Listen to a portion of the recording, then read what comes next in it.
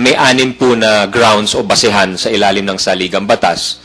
At yan po ay ang treason, ang bribery, pagsusuhol, ang graft and corruption, culpable violation of the Constitution, other high crimes, at betrayal of public trust. Noong 1935 Constitution, 4 lang po yun. Noong 1973 Constitution, naging 5. Itong 1987 Constitution, 6 na po yung grounds. Ang pinakabago po, yung betrayal of public trust. Bakit po dinagdag yung betrayal of public trust? Kasi po, nung panahon ni Presidente Marcos, merong impeachment proceedings laban sa kanya. At ang depensa po ng mga miyembro ng Batasang Pambansa, sinasabi nila, hindi naman krimen yung ginawa nila eh. Kaya nga dinagdag ng mga Constitutional Commissioner members yon noong 1986. Ang definition po nila ng betrayal of public trust, it must not be, hindi naman siya kailangan maging krimen eh. Basta siya ay paglabag dun sa pagsusumpa ng isang public official. So yun po ang mahalaga, huwag nating kalimutan yan, huwag tayong malihis dun sa debate sa other high crimes. Sapagkat 3 po yung final naming basehan sa impeachment o sa reklamo. At yan po ay culpable violation of the Constitution, graft and corruption, at betrayal of the public trust. Yung pinakamahalaga po dyan, yung pagtaksil o pagkanulo sa tiwala ng publiko, yung betrayal of public trust. Kasi nga malawak po yan, kaya nga yan po ang intensyon ng ating may akda ng ating saligang batas na talagang panagutin po ang mga makasalanang mga opisyal. Yeah, Christine Herrera of Manila Standard. This is to also put the record straight because I think that the media cannot defend themselves before the impeachment court. Now, on the first day of the trial, I specifically ask you because the Chief Justice denied one by one the accusations leveled against him by the prosecution, like this property is not his, this is not his wife's, or that others came from inheritance. And I ask you if you still maintain and insist on the Chief Justice having the 45 properties, and you said yes. Now you're telling us you're changing your mind or your figures because you said it's not with the figures. The figure is nothing. So what is it then?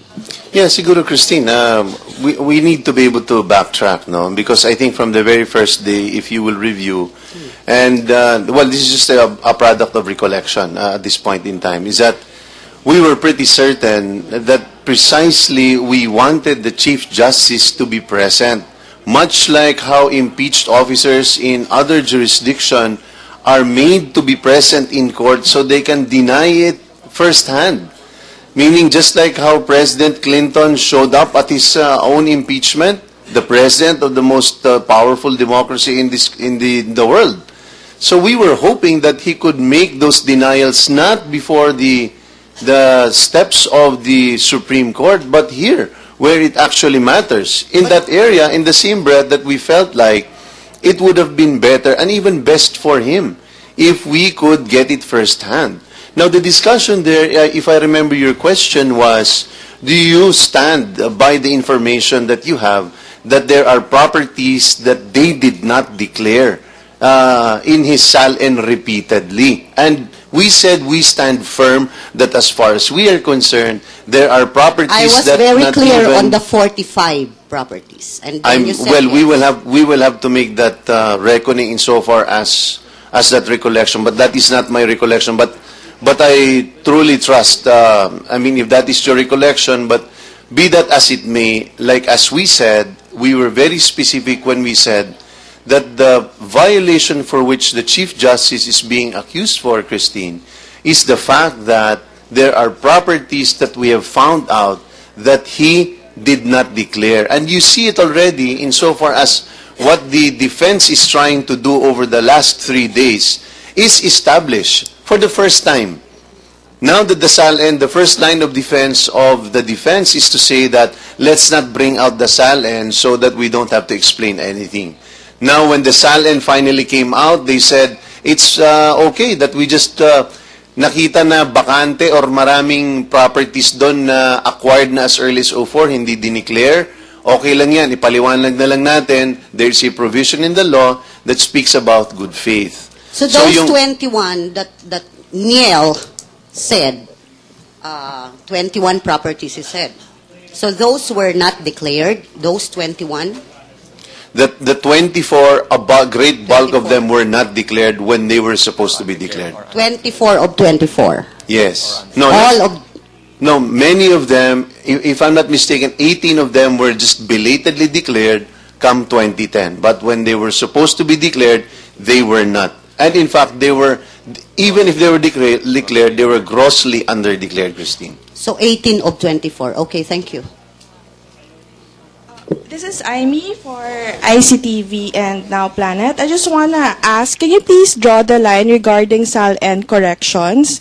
Kasi they're saying that as long as it was declared, pero it was, subsequently declared a year later, it can still be corrected. Can you please draw the line regarding that?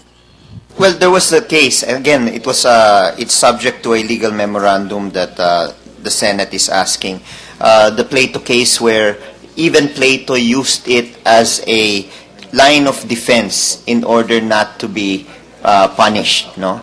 So that there is a provision that says that you can still correct your statements of assets and liabilities and net worth. But that was denied by the Supreme Court because according to them, this is an act of perjury. You are swearing under oath that what you've stated is true to your knowledge, and because of that, there's no room for correction. I'd like also to add, there's another case dated 2008. This is Commissioner of Internal Revenue versus Pelino, where it states, that dishonesty is classified as a grave offense, the penalty of which is dismissal from service at the first infraction. So kung sa mas mababang level, dishonesty na, ay pwedeng ma-dismiss ang isang tao, no? Paano pa yung pinakamataas na maestrado ng Korte Suprema na nanumpa na kung saan itong statements of assets and liabilities and net worth ay makatotohanan? Siguro dagdagan ko na rin, no? Kasi yun yung 3 points of retreat na ginagawa ng defense ngayon.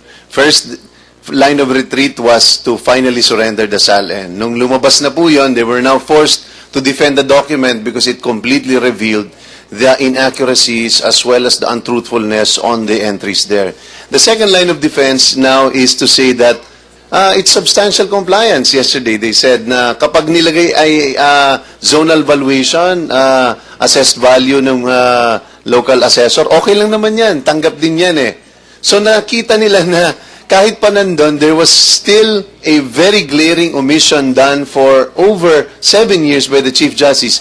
Hindi niya nilalagay yung acquisition cost up to today. So ngayon, ang sinasabi is, nung naipakita natin that the Chief Justice for 6 years had failed to declare his assets, particularly the 2 condominiums, as part of his SAL-N, biglang they're now shifting towards good faith, which is a provision na nandun din sa batas. But listen, if we can just allow individuals to keep on coming up with excuses that I'm sorry, I wasn't able to write everything, I am now in good faith correcting it, what is the use of the SAL-N if that can be allowed?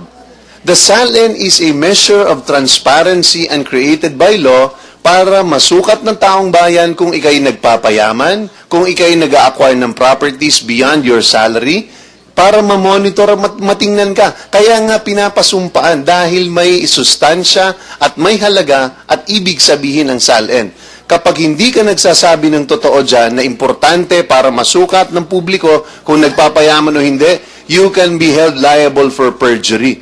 So if they can keep saying that the Chief Justice, who is a lawyer who went to the Harvard School, just like Congressman Sani Angara here, and you can say that, I am sorry, I bought a condominium for 9.8 million pesos, but I did not declare it for 5 years. That's an omission on my part. I just forgot that I spent 9.8 million using 2 checks. I'm sorry, I failed to declare the columns property, which I already fully paid in 2004. I'm sorry that I was able to buy a penthouse in Bellagio using 3 checks, 5 million, 5 million, and 4.5 million. I'm sorry, I forgot I own a penthouse. So, hindi ko na ilagay sa SAL-N ko. Pero ngayon, i-correct ko na. Anong gamit pa ng SALN? What